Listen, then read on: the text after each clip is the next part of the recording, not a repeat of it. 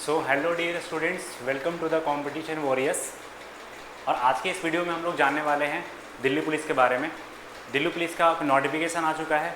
Total जो vacancies है आपका 7565, मतलब 7565 टोटल वैकेंसीज आए हुए हैं, जो कि ठीक ठाक वैकेंसीज होता है।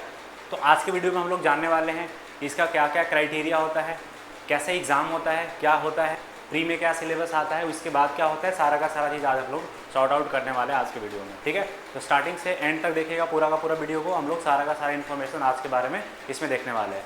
चलिए, तो सबसे पहले हम आपके लिए यहाँ पास नोटिफिकेशन देख लेते हैं। ये नोटिफिकेशन आपका एसएससी के ऑफिशियल साइट पर आया हुआ था, वहाँ से डायरेक्ट ये नोटिफिकेशन लिया गया है। ठीक है, और हम लोग यहीं से सारा का साथ ही सॉर्ट आउट करेंगे। चलिए देखिएगा, यहाँ पर सबसे पहले हम ये बात कर लें कि ये फॉर्म कब तक भरा जाएगा, कब से स्टार्ट होगा भरना और कब तक एंड होगा।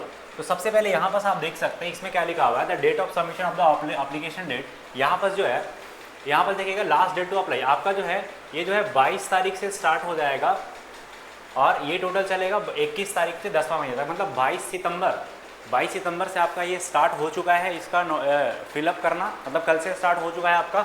और ये टोटल 21 तारीख 10वां महीना, मतलब अक्टूबर तक चलेगा ये टोटल।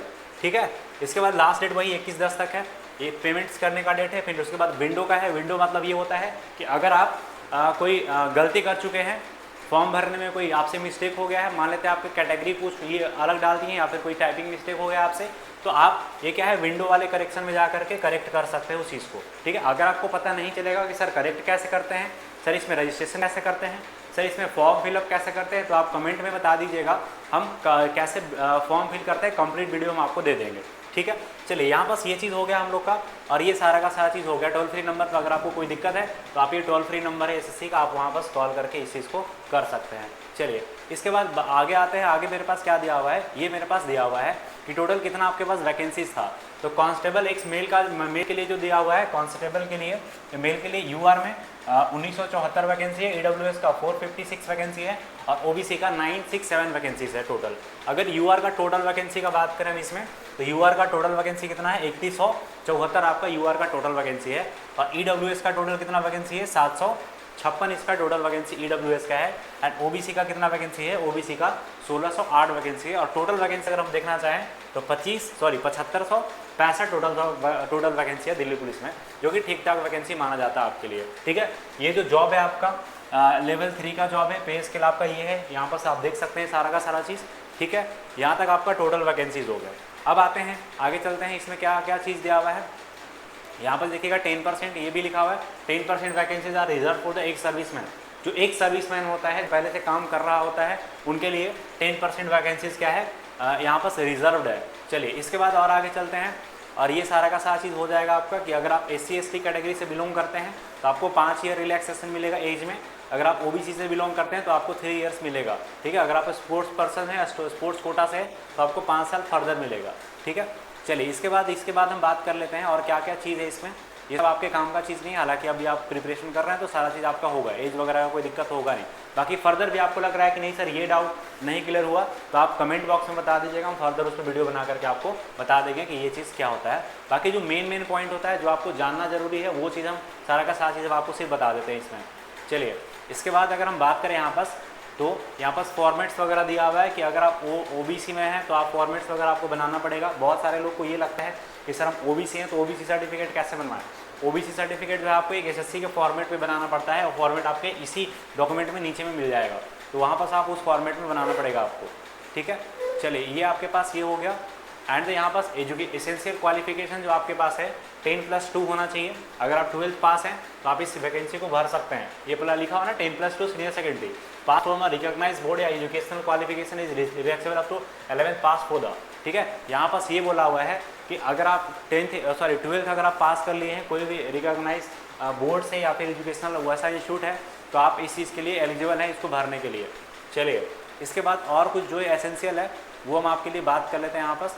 अगर आप NCC कैंडिडेट हैं, अगर आपके पास C सर्टिफिकेट है, तो आपको 5% of the maximum marks of the examination, जो भी एग्जाम्स का टोटल मार्क्स होता है उसका 5% आपको बोनस मिलेगा अगर आपके पास C सर्टिफिकेट है NCC का। तो या फिर एनसीसी का अगर आपके पास बी सर्टिफिकेट है तो आपको 3% मार्क्स मिलेगा टोटल मार्क्स का, एंड आपके पास अगर ए सर्टिफिकेट है तो आपको 2% मैक्सिमम मार्क्स का मिलेगा। तो अगर आप एनसीसी से हैं तो आपके लिए थोड़ा सा एडवांटेज है कि टोटल मार्क्स का 5% तो आपको ऐसे ही मिल जाएगा, बाकी आपको जो भी स्कोर करेंगे तो करेंगे, बाकी टोटल मार्क्स का आपको 5% एडिशनल मिलेगा। अगर आपके पास सी सर्टिफिकेट या बी सर्टिफिकेट है तो 3% मिलेगा, एंड ए सर्टिफिकेट है तो 2% मिलेगा। बाकी ये सारा का सारा डिटेल है, आप एक बार के लिए इस चीज़ को कर सकते हैं, पढ़ सकते हैं, गो थ्रू कर लीजिएगा एक बार, ठीक है। हाउ टू अप्लाई कैसे करना है, पहले आपको OTR करना है। OTR क्या होता है, वन टाइम रजिस्ट्रेशन होता है। अगर आप कभी भी SSC का फॉर्म नहीं भरे हैं तो आपको सबसे पहले OTR करना पड़ेगा, वो वन टाइम रजिस्ट्रेशन करना पड़ेगा।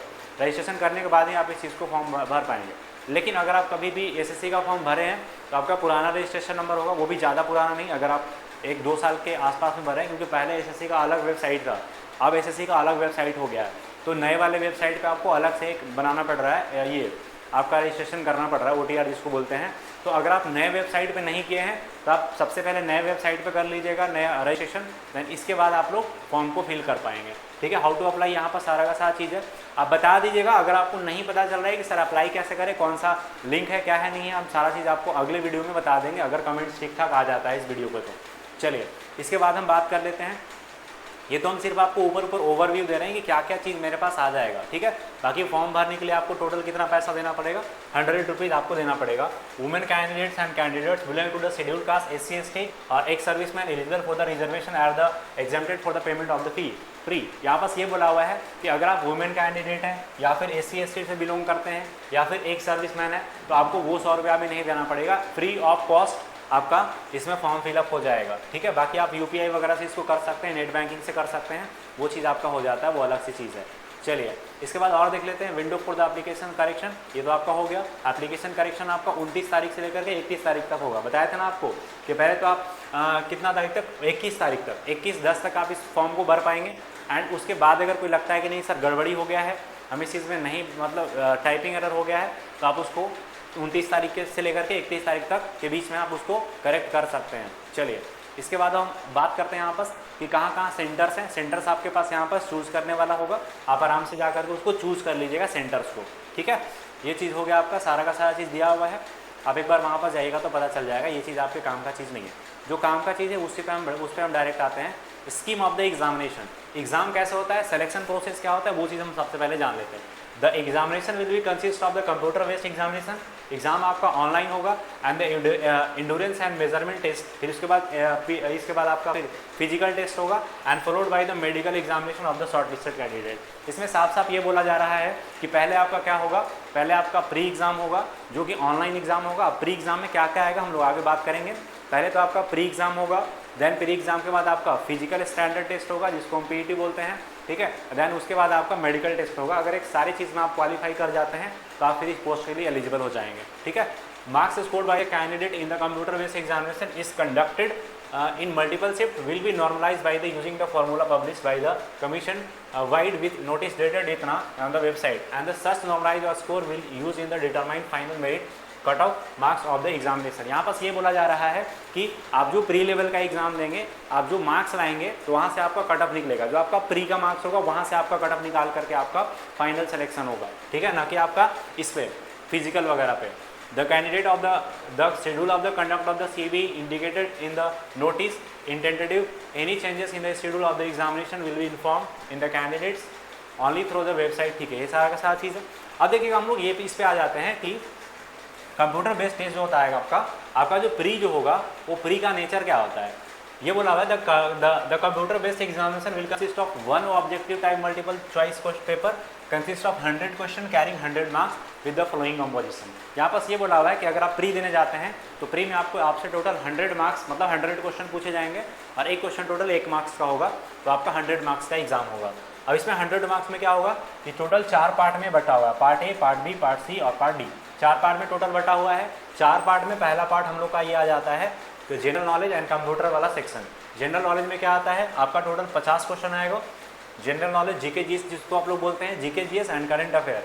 करंट अफेयर भी आपको खास फोकस करके बोलना है क्योंकि यहाँ पर करंट अफेयर साथ साथ लिख देता है, तो करंट अफेयर का वेटेज ठीक ठाक रहने वाला है इस 50 क्वेश्चन में। तो करंट अफेयर आप यहाँ पर इग्नोर नहीं कर सकते हैं। चलिए यहाँ पर GK GS and current affair के टोटल 50 क्वेश्चन पूछे जाएंगे एंड टोटल मैक्सिमम मार्क्स 50 होगा, ठीक है। एंड देन इसके बाद आपका पार्ट बी में रीजनिंग आएगा। रीजनिंग के टोटल 25 क्वेश्चन होंगे एंड 25 मार्क्स के होंगे। एंड इसके बाद न्यूमेरिकल एबिलिटी मतलब मैथ्स का बात कर रहे हैं, ठीक है। मैथ्स में टोटल 15 क्वेश्चन, मैथ्स का वेटेज थोड़ा कम है एंड 15 मार्क्स का। बाकी अगर आपको दिल्ली पुलिस के लिए मैथ्स वगैरह करना है तो आप मेरे चैनल पे जुड़े रह सकते हैं। जितना भी अपडेटेड कंटेंट है, जितना भी उस चीज़ को अच्छे तरीके से हम लोग कैसे कर सकते हैं, सारा का सारा इस चैनल पे वीडियो जाना स्टार्ट हो गया है। तो आप इस चैनल के साथ बने रहिएगा। ये न्यूमेरिकल एबिलिटी में ये मेरा गारंटी है कि आपको कोई दिक्कत नहीं होने देंगे। चलिए ठीक है। देन इसके बाद आपसे कंप्यूटर आएगा। कंप्यूटर में क्या आएगा, फंडामेंटल्स आएगा, MS एक्सेल आएगा, MS वर्ड आएगा। जो भी चीज़ है यहाँ पर कंप्यूटर्स का बेसिक ही है, इंटरनेट वगैरह है, वेब ब्राउजर्स वगैरह ETC है। तो आप कंप्यूटर भी थोड़ा मोड़ा देख लीजिएगा, आपका 10 मार्क्स का कंप्यूटर भी आएगा इसमें। तो ये आपका मेनली हो गया प्री लेवल का एग्जाम, जहाँ से आपका कट ऑफ डिसाइड होगा। बाकी आपका जो ये फिजिकल है वो सिर्फ और सिर्फ क्वालिफाइंग है, यहीं से आपका कट ऑफ डिसाइड होगा। यहीं बस आपका 50 मार्क्स का टोटल जीके जीएस हो गया और करंट अफेयर हो गया एंड रीजनिंग आपका 25 मार्क्स का हो गया एंड आपका मैथ्स टोटल 15 मार्क्स का हो गया एंड कंप्यूटर आपका कितना हो गया, 10 मार्क्स का हो गया। चलिए ठीक है, ये आपका प्री का एग्जाम होगा एंड टोटल ड्यूरेशन कितना रहेगा, 90 मिनट्स। 90 मिनट मतलब 1.5 घंटे का आपका होगा, प्री एग्जाम होगा। चलिए इसके बाद चलते हैं और क्या क्या चीज़ है। There will be a negative marking of 0.25 marks. मतलब ये बोला जा रहा है कि एक क्वेश्चन आप गलत करते हैं तो 0.25 मार्क्स आपका कट जाएगा। इसका सीधा सीधा ये मतलब है कि अगर आप 4 क्वेश्चन लगातार गलत करते हैं या फिर 4 क्वेश्चन अगर आप गलत करते हैं तो आपका टोटल 1 मार्क्स कट जाएगा। मतलब इसमें 25% नेगेटिव मार्किंग है, ठीक है। अब यहाँ पर ये बोला जा रहा है हिंदी और इंग्लिश मीडियम में होगा, कंडक्ट होगा। यहाँ पर ये बोला हुआ टेंटेटिव आंसर की ऑफ द, ठीक है, 50 रुपये आपको देना पड़ेगा। अगर आपको एक होता है कि लगता है कि आंसर की आ जाने के बाद कि सर ये क्वेश्चन गलत है, तो आप उसको चैलेंज कर सकते हैं, आपको उसके लिए 50 रुपीज़ पे करना पड़ेगा। चलिए इसके बाद और अब आ जाते हैं फिजिकल वाले टेस्ट पे कि फिजिकल वाला टेस्ट कैसा होगा। बाकी देख लीजिए the syllabus of the computer based है, ये सब सारा पढ़ लीजिएगा आप लोग कि जीके जीएस में और करंट अफेयर में कहाँ से पूछा जाएगा, रीजनिंग में सवाल कहाँ से पूछा जाएगा एंड मैथ्स में सवाल कहाँ से पूछा जाएगा। मैथ्स में हम आपको पर्सनली बता दें तो मैथ्स में कोई ज़्यादा चीज़ नहीं पूछा जा रहा है आपसे, सारा का सारा बेसिक चीज़ ही पूछा जा रहा है। अगर आप थोड़ा मोड़ा कहीं से भी तैयारी कर लीजिएगा तो आपसे आराम से मैथ्स में 15 का 15 क्वेश्चन हो जाएगा, एक भी क्वेश्चन गलत नहीं होगा। क्योंकि यहाँ पर मैथ्स में आपसे एडवांस मैथ्स कुछ भी नहीं पूछ रहा है, सारा का सारा बेसिक्स ही पूछ रहा है। यानी आपका कंप्यूटर वाला एग्जाम हो गया, ठीक है। इसके बाद आपका क्या होगा, जैसे आप प्री वाला एग्जाम क्वालिफाई करते हैं, ठीक है, क्वेश्चन पेपर जो होगा मैट्रिकुलेशन लेवल पे होगा, मतलब इजी लेवल का होगा, सिंपल सा ये बोलना चाह रहा है, ठीक है। एंड देन अगर आप जैसे ही प्री का एग्जाम क्वालिफाई करते हैं आपका रिजल्ट आएगा एंड देन इसके बाद आपका क्या होगा, फिजिकल टेस्ट होगा। फिजिकल टेस्ट में क्या क्या होगा आप यहाँ पर देख सकते हैं। Physical endurance test of the male candidate, यहाँ पर क्या होता है, मेल कैंडिडेट का अलग फिजिकल, आजकल अलग फिजिकल स्टैंडर्ड होता है एंड फीमेल कैंडिडेट का अलग फिजिकल स्टैंडर्ड होता है। यहाँ पर देखिए मेल कैंडिडेट अगर आप हैं, अगर आपका एज 30 साल तक है, मतलब 30 साल के नीचे है, तो आपका 6 मिनट में आपको दौड़ना पड़ेगा 1600 मीटर। 6 मिनट में 1600 मीटर दौड़ना पड़ेगा एंड लॉन्ग जंप 14 फीट का होगा and high jump 3 feet 9 inch का होगा। अगर आपका एज 30 से 40 के बीच में है, वो डिसाइड करेगा, जैसे आप जैसे डालेंगे ना फॉर्म तो वहाँ पर आपको डेट ऑफ बर्थ डालना पड़ेगा, तो वो एज खुद ही कैलकुलेट कर लेगा कि कितना आपका एज हो रहा है। जब तक जिस तरीके से एज रेकरिंग कर रहा है वहाँ से वो एज खुद ही कैलकुलेट कर लेगा, आपको खुद से कैलकुलेट करने का जरूरत नहीं है, वो खुद ही कैलकुलेट कर लेगा कि आपका एज कितना हो रहा है। और जिस एज स्लैब में आप आएंगे आपको उसी तरीके से फिजिकल एंड्योरेंस टेस्ट देना पड़ेगा। तो अगर 30 तक का अगर आपका एज है तो 6 मिनट में आपको 1600 मीटर दौड़ना पड़ेगा। लॉन्ग जंप आपको 14 फीट का होगा एंड हाई जंप आपका 3 फीट 9 इंच का होगा। अगर आप 30 से 40 के बीच वाले एज में हैं तो आपका 7 मिनट में होगा 1600 मीटर का दौड़ होगा एंड 13 फीट का लॉन्ग जंप होगा और 3 फीट 6 इंच का आपका हाई जंप होगा। एंड अगर आपका एज अबव 40 है देन आपका 1600 मीटर जो होगा आपको 8 मिनट में दौड़ना पड़ेगा। लॉन्ग जंप 12 फीट का होगा and high jump 3 feet 3 inch का होगा। ये सारा का सारा क्राइटेरिया है एज वाइज, ठीक है। Those candidate who qualify in the race will be eligible to appear in the long jump and then the high jump. तो यहाँ बस ये बोला जा रहा है इसमें कि अगर आप सबसे पहले आपका क्या लिया जाएगा, रेस वाला जो 1600 मीटर वाला है ये लिया जाएगा। अगर आप 1600 मीटर क्वालिफाई करते हैं देन उसके बाद आपको लॉन्ग जंप और हाई जंप करवाया जाएगा। ऐसा नहीं कि रेस भी करवा लिया गया, लॉन्ग जंप भी करवा लिया गया, हाई जंप भी करवा लिया गया, ऐसा नहीं है। अगर आप जब तक आप 1600 मीटर वाले रेस में क्वालिफाई नहीं करते हैं तब तक आपसे उसके बाद ही आपका लॉन्ग जंप या हाई जंप होगा। यहाँ पर साफ साफ लिखा हुआ है those candidate who qualify in the race will be eligible to appear in the long jump and then the high jump. The long jump and the high jump are to be cleared in any one of the 3 chance given in the candidate, there shall be no against appeal against the disqualification in the race jump। ठीक है, यहाँ पर ये बोला जा रहा है कि अगर आप रेस क्वालिफाई कर लेते हैं 1600 मीटर का, जो मैं आपको क्राइटेरिया ऊपर में बताए थे, उसके बाद आपको लॉन्ग जंप और हाई जंप का के लिए क्वालिफाई किया जाएगा। आप उसके बाद सेम डे लॉन्ग जंप और हाई जंप के लिए जाएंगे। तो लॉन्ग जंप और हाई जंप में क्या होता है कि बहुत सारे स्टूडेंट गलती कर देते हैं। तो लॉन्ग जंप या हाई जंप के लिए आपको टोटल 3 चांस दिए जाएंगे, कि 3 चांस लॉन्ग जंप के लिए दिया जाएगा एंड 3 चांस हाई जंप के लिए दिया जाएगा। अगर आप दोनों 3 चांस पे कर लेते हैं तो आपके लिए वेल एंड गुड है, उसके बाद आपको चांस कोई नहीं दिया जाएगा। ठीक है, एंड देन यहाँ पास ये बोला हुआ है the standard of the physical measurement of the male. Male के लिए क्या होगा, मेल के लिए आपका होगा, आपका हाइट जो कितना होना चाहिए, 170 सेंटीमीटर का हाइट होना चाहिए। ठीक है, लेकिन अगर आप ये वैलीज एरियाज हैं, कुछ वैलीज एरियाज हैं, तो आपको 5 सेंटीमीटर मतलब कम ही रहेगा तो आपका हो जाएगा। जैसे यहाँ पर लिखा हुआ ना 0.5 centimetre of the residence of hilly areas like इतना है, then measurement the format of the certificate is an excel इतना। ठीक है, ये बोला हुआ है कि अगर आप इस एरिया से बिलोंग करते हैं, अगर आपका 0.5 मतलब 160 है ना, अगर आपका 165 भी हाइट है तो आपका हो जाएगा, अगर ये एरिया से आप बिलोंग करते हैं तो बस इसके लिए आपको एनेक्सर 9 बनवाना पड़ेगा। ठीक है, and 0.5 for the ST candidate. अगर आप एसटी कैंडिडेट है तो आपको 0.5 का अलग से ही मिलेगा। ठीक है, अगर आपके पास रिटायर्ड पर्सन है तो इसमें भी आपका, या फिर मल्टीटास्किंग स्टाफ है दिल्ली पुलिस में, तो आपका 5 सेंटीमीटर का फिर से रिलैक्सेशन मिलेगा। देन इसके बाद ये बोला हुआ है चेस्ट का, 81 सेंटीमीटर का चेस्ट होना चाहिए विथ मिनिमम 1 सेंटीमीटर का एक्सपेंशन। 81 सेंटीमीटर आपका चेस्ट होना चाहिए एंड उसके बाद एक्सपेंड करने के बाद कितना होना चाहिए आपका, 85 होना चाहिए, वही 4 सेंटीमीटर का आपका एक्सपेंशन होना चाहिए। ठीक है, एंड हिली एरियाज के लिए यहाँ पास ये दिया हुआ है। ठीक है, एंड ये हो गया आपका। देन इसके बाद आते हैं फीमेल कैंडिडेट के लिए। अभी तक हम लोग मेल कैंडिडेट पे बात कर रहे थे, देन इसके बाद फीमेल कैंडिडेट पे आते हैं। फीमेल कैंडिडेट का क्या क्या क्राइटेरिया है। ठीक है, फीमेल कैंडिडेट का अगर हम रनिंग का बात करें, अगर फीमेल कैंडिडेट का एज 30 तक है तो आपको 8 मिनट में टोटल 1600 मीटर दौड़ना पड़ेगा। लॉन्ग जंप आपका 10 फीट का होगा, हाई जंप आपका 3 फीट का होगा। ठीक है, अगर आपका एज 30 से 40 के बीच में है तो आपका 1600 मीटर का दौड़ 9 मिनट में होगा and high jump long jump आपका 9 फीट का होगा एंड हाई जंप आपका 2 फीट 9 इंच का होगा।